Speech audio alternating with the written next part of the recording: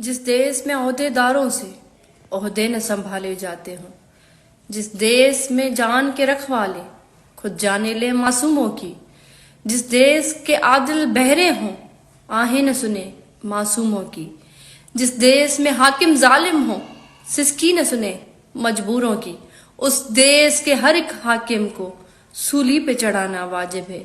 उस देश के हर एक जालिम को सूली पे चढ़ाना वाजिब है। नाज़रीन, मेहड़ में टीणे क़त्ल केस जी मुतासिर नारी उमेर बाब चांडियो चयो आहे त मुंहिंजी जान खे ख़तरो आहे, धमकियूं मिली रहियूं आहिनि, पुलिस केस ख़राब करे रही आहे। वीडियो बयान जारी कंदे उमेर बाब चांडियो चयो त जवाबदार अली गौर चांडियो जो पुटु SHO इमदाद चांडियो मुंहिंजी सिक्योरिटी में मदाख़लत पियो करे। हिन चयो त ख़ुदा होश खां कमु वठो, मुंहिंजी ज़िंदगी ख़तरे में आहे। यकीन थी रहियो आहे त DIG नासिर आफ्ताब उहो मनसूबो जोड़ियो आहे। मूंखे कुझु बि थियो त ज़िम्मेवार DIG लाड़काणो ऐं सिंध पुलिस हूंदी। वीडियो बयान में उमेर बाब चांडियो चयो त जंहिंसां मसलो हलंदड़ आहे खेसि असांजी सिक्योरिटी ॾिनी वई आहे, ज़ालिमनि सां मुक़ाबिलो जारी रहंदो।